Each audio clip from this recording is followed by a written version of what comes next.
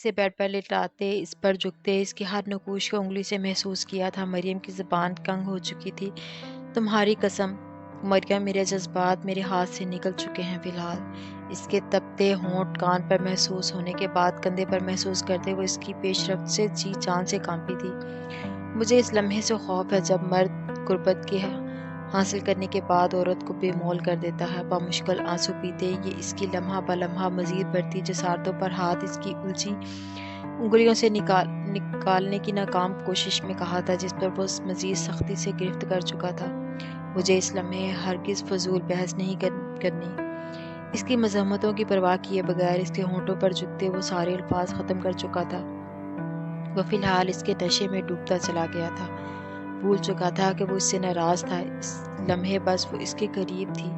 وہ سب کچھ وقتی طور پر بھلائے اسے بھی خود میں مصروف کر چکا تھا۔ وہ اپنے روم سے اوپر سیڑھیاں چڑھتے دھڑکتے دل سے داخل ہوئی تھی۔ پورا کمرہ اندھیرے میں ڈوبا تھا۔ وہ روم میں نہیں تھا۔ سکون کا سانس خارج کیا۔ اپنی حرکت کے بعد وہ ہرگز اس کے سامنا نہیں کرنے کی پوزیشن میں نہیں تھی۔ 15 منٹ بعد بھیگے سے چہرے سے آئی۔ الجھے بال مرر کے آگے کھڑے کھولے تھے، سلجھائے ہی تھے کہ خاموشی میں اس کی گاڑی کے ہارن کی آواز سنائی دی۔ فوری سے پہلے سو جانا چاہتی تھی۔ بستر میں دراز ہوتے کمفرٹر لپیٹے وہ آنکھیں بند کر چکی تھی۔ اس کو روم میں محسوس کر رہی تھی۔ شاور کے نیچے کھڑے خود کو پرسکون کیا، یہاں تک کہ کندھے سے ٹیس اٹھنا شروع ہو گئی تھی۔ آج سسپینڈ ہوتے سے یوں محسوس ہوا تھا اس کی عزت کی دھجیاں اڑا گئی ہیں۔ وہ اس لمحے بے سکون تھا۔ چپ بیٹھنے والوں میں سے وہ بھی نہیں تھا۔ گیلی بینڈیج بدلتے وہ اسٹڈی روم سے باہر آیا، ہاتھوں سے گیلے بال سنوارتے ایک نظر اس پر ڈالی۔ اس کی بھاری آواز سے کمبل مٹھی میں زور سے جگڑا تھا۔ 1 منٹ سے پہلے یہ اتارو، تم مجھ سے برا کوئی نہیں ہوگا۔ نہیں اتار رہی تم۔ لمس وہ آنسوؤں پر قابو پاتے ڈیٹ بن رہی تھی۔ ٹھیک ہے، تنہا رہو، جو دل میں آئے کرو، تم پھر مجھ سے کوئی امید نہیں رکھنا۔ چند لمحوں بعد کمفرٹر چہرے سے اتارا، وہ روم میں نہیں تھا۔ 12 بجے تک کروٹیں بدلتے تھک چکی تھی۔ نیند آنکھوں سے کوسوں دور۔ ایک امید تھی وہ آئے گا، پر وہ دوبارہ روم میں نہیں آیا تھا۔ بستر سے نکلتے پاؤں کو ٹھوکر لگنے سے درد محسوس ہوئی تھی۔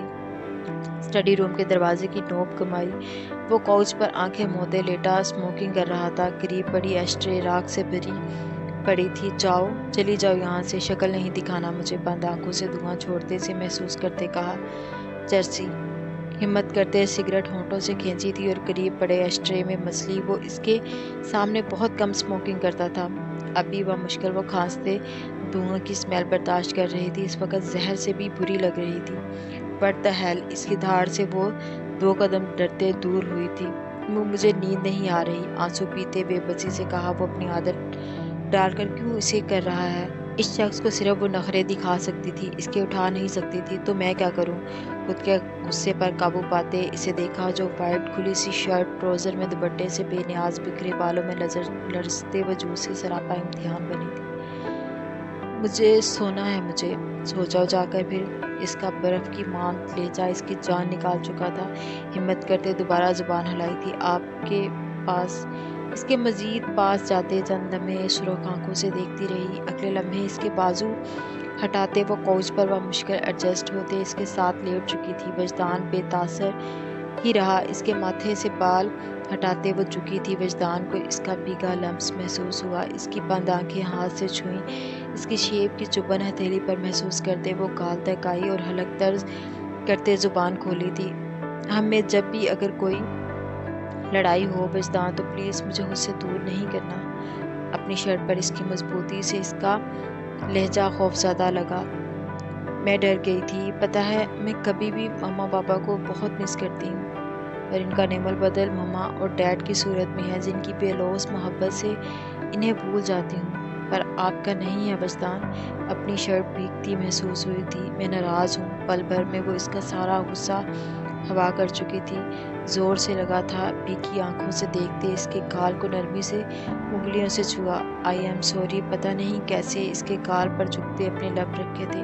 میں ناراض ہوں۔ کندھے کی درد پر ضبط کیے دوبارہ کہا، میں منا لوں گی۔ اس کے سینے پر سرکتے وہ پرسکون ہوئی۔ مناؤ پھر۔ اس کے خود پر بکھرے بال سمیٹتے کہا، کیسے جان ہوا ہوئی تھی۔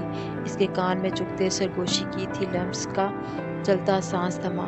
تجھے یوں سمیٹ کر رکھوں میں خود میں، تیری خوشبو بکھرے بھی تو میری حدوں میں۔ مجھے نیند آئی ہے، فوری سے پہلے زور سے آنکھیں بند کر چکی تھی۔ میں سلاتا ہوں تمہیں اچھے سے۔ اس کی بات سے سارے وجود میں سنسنی دوڑی۔ وہ سفید رنگت میں سرخیاں لیے اس کے سینے میں منہ چھپایا تھا جو اسے بازوں میں بھر چکا تھا۔ کیا ہوا؟ اس کے گھر آنے سے بیڈ پر وہ شرم ہٹائے پریشان ہوتے فوری اٹھی تھی۔ کچھ نہیں، خود پر قابو پایا تھا۔ آج اظہار کر دو لمس، اس کی گردن پر جھکتے اپنے ہونٹ رکھتے اس کی لمحے محسوس کیا تھا۔ کیا میرا اظہار ضروری ہے؟ وہ بکھرتی سانسوں سے اس کی شدتیں برداشت کرتے بند آنکھوں سے بولی تھی۔ بے تحاشا، مجھے سننا ہے۔ اسے خود پر جھکتے وہ ان فسو خیز لمحوں کے زیر اثر تھا۔ دو چیزیں ایک شخص سے اکٹھی نہیں ہو سکتی وجدان۔ وہ حیران ہوا تھا، جیسے کہ لمس کو اپنے کندھے سے شرط سرکتی محسوس ہوئی تھی۔ آئی ہیٹ یو وجدان شاہ۔ وجدان کے ماتھے پر انگنت بل آئے تھے جنہیں اپنی شہادت کی انگلی سے مٹاتے وہ دھیما سا مسکرائی تھی۔ چند لمحوں بعد اس کو خود پر جھکا محسوس کیا تھا۔ وجدان کی مسکراہٹ اس کی اگلی بات اور حرکت سے گہری ہوتی چلی گئی تھی۔ Because I only love my husband. اس کی شرٹ کے بٹن کھولتے وہ بند آنکھوں سے اس کی گردن پر بازو حائل کرتے قریب ہوئی تھی۔ اسے نرمی سے خود میں سمیٹا تھا اور قطرہ قطرہ اس میں اپنی ساری تھکن اتاری تھی۔ تمہاری قربت کا ایک لمحہ رفاقتوں کے 1000 سالوں سے معتبر ہے۔ وہ ایک لمحہ جو دل کی ویران بستیوں کو، حیات نور کے 100 روحوں کو تماس دروں سے اجالتا ہے۔ وہ ایک لمحہ 1000 صدیوں سے معتبر ہے۔ اس ایک لمحے کی حرمتوں کو شمار کرنا، سنبھال رکھنا۔ وہ ایک لمحہ ہے استعارہ عقیدتوں کا، عنایتوں کا، محبتوں کا، روایتوں کا۔ اس ایک لمحے کی عظمتوں کو شمار کرنا، سنبھال رکھنا۔ الارم کی آواز سے وہ آنکھیں کھولنے کی ناکام سعی میں تھی۔ چند لمحے وہ سوئی جاگی کیفیت میں تھی۔ بند ہوتی آنکھوں کھولنے کی کامیابی پر اس کا دھڑا ہاتھ آہستگی سے خود سے ہٹایا تھا۔ کروٹ کے بل ہوتے اسے ایک نظر دیکھا جو گہری نیند میں تھا۔ کیا ہماری زندگی کا یہ سٹیپ صحیح تھا؟ رات اسے چاہ کے بھی وہ روک نہیں پائی تھی۔ وہ نہ خوش تھی نہ افسردہ تھی، عجیب کیفیت میں مبتلا تھی۔ تیار ہوتے وہ بیڈ کی طرف بڑھی تھی۔ وہ ابھی بھی نیند میں تھا۔ اس کا ماتھا چھوا جو نارمل ٹمپریچر کا پتہ دے رہا تھا۔ تمہارا ڈریس پریس کر دیا ہے، فیور تو نہیں ہے؟ پہلے ٹیبلٹ سائڈ پر رکھتی ہیں، لازمی کھا لینا۔ اگر دل اجازت دے تو چٹ کی پچھلی سائڈ پر درج تحریر بھی پڑھ لینا۔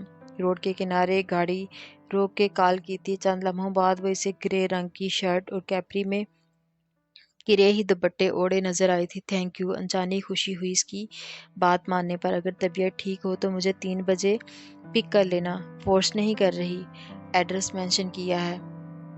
مریم مراد۔ بے تاثر مراد نے لب کھینچے۔ ڈرائیونگ سٹارٹ کی تھی۔ اس پر فقط ایک نظر ڈالتے جانا تم نے آج اپنی ساس کے ساتھ پہلے کی نسبت اچھا وقت گزارتے۔ وہ روم میں آتے اسے مرر کے سامنے یونیفارم کی شرٹ کے بٹن بند کرتے دیکھ رہی تھی۔ کچھ پوچھا ہے میں نے؟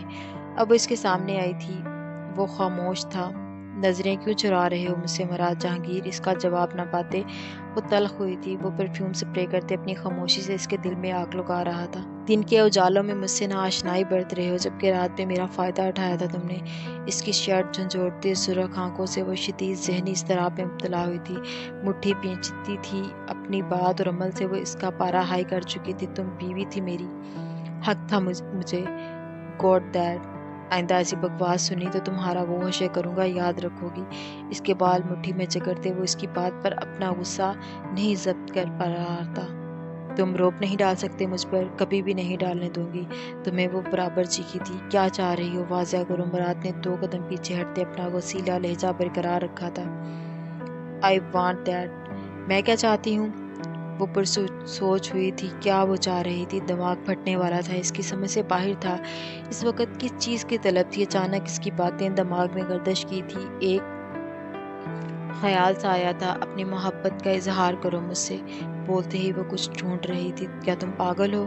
مراد تعصب سے لڑائی کی سنگین صورتحال میں اس کی عجیب فرمائش سے دنگ رہ گیا۔ say that you love me۔ ہاں، میں یہی سننا چاہتی ہوں۔ تم مجھ سے محبت کرتے ہو، بولو، مجھے اظہار چاہیے۔ ابھی کانپتے ہاتھوں سے اس کی پسٹل کا رخ اس کی طرف کرتے وہ اسے وقت پاگل لگ رہی تھی۔ چند لمحے سے دیکھتا رہا، پھر انچاہی خوشی ہونٹوں پر رقص کی تھی۔ ڈریسنگ سے ٹیک لگاتے ہوئے اسے سلگانے کی تیاری میں تھا۔ مریم مر رہی ہے میرے اظہار کو، وہ تمسخر اڑاتے لہجے میں اس کا پاگل پن دیکھ رہا تھا۔ چند لمحے وہ اسے دیکھتی رہی۔ نہیں کرو گے؟ غصہ، جھنجھلاہٹ، تڑپ، بے چین دل سے کہا۔ نہیں کروں گا، ہرگز نہیں کروں گا۔ تمہیں میری قدر ہے؟ نہیں، بالکل نہیں۔ پھر میری محبت کو بھی تم ایک ایڈونچر سمجھتی ہو؟ واپس کرو مجھے، جانا ہے۔ لفظ چباتے وہ اب مزید تماشا ختم کرتے اس کی طرف بڑھا تھا۔ خود کو شوٹ کر لوں گی میں مراد۔ اس کی دردناک مسکراتی آواز اب اس کے قدم تھمے تھے جب اس پسٹل کا رخ وہ اس اپنی پہنچ سے دور کرتے سرکاتے اپنی کنپٹی پر کر چکی تھی۔ کیا ہوا؟ مریم خود کو مار لے گی۔ بہتے آنسوؤں سے وہ اس کے حواس معطل کر چکی تھی۔ جانتا تھا حد درجہ بد دماغ لڑکی تھی وہ۔ نیچے کرو مریم، یہ مذاق نہیں ہے۔ سن ہوتے دماغ سے اس کی جان پر بن چکی تھی جو ٹریگر پر شہادت کی انگلی رکھے تھی۔ مجھے اظہار چاہیے ورنہ میں کرتا ہوں۔ اسے نیچے رکھو، خدا کے لیے، کیوں تم اتنی جاہل ہو؟ مریم، میرا خون جلا کے کیوں وعدہ کرتی ہو؟ دل چاہ رہا تھا ایک کھینچ کر تھپڑ دے دے اس بیوقوف لڑکی کو۔ say that you love me۔ اس کا خود کے لیے ڈر دیکھ تپتے دل کو سکون دے گا کوئی تھا جس کے لیے وہ اہم تھی۔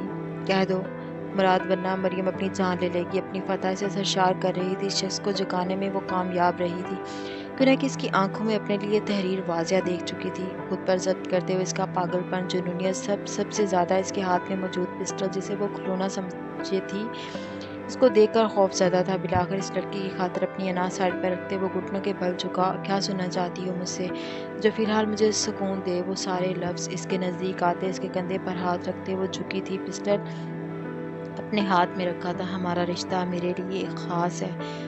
وہ ہر لمحہ جو میں نے تمہارے ساتھ کل رات گزارا میرے لیے خاص ہے، قیمتی ہے۔ میری ہر کنورسیشن، نکاح میں آنے کے بعد تمہارے ساتھ حق کیا، ہر ڈنر، بریک فاسٹ، ہماری ساری لڑائیاں، فنی مومنٹس میرے لیے خاص ہیں، اتنی خاص کہ میں اپنی آخری سانس تک انہیں بھلا نہیں سکتا۔ Maryam Murad Jahangir. For me our love is special. Please love, please don't try to harm yourself, please. ایک سر سانس خارج کرتے اسے اظہار محبت کیا تھا۔ میری ہر بات مانو گے؟ مجھے پک اینڈ ڈراپ بھی کرو گے؟ میرے نخرے بھی اٹھاؤ گے؟ سنا تم نے اس کے قریب جاتے اسے حق کیا تھا۔ یہ لو اپنی پسٹل، اب رفو چکر ہو۔ آنسو صاف کرتے اسے اس طرح ظاہر کرایا اسے فرق نہیں پڑا، وہ پرسکون تھی۔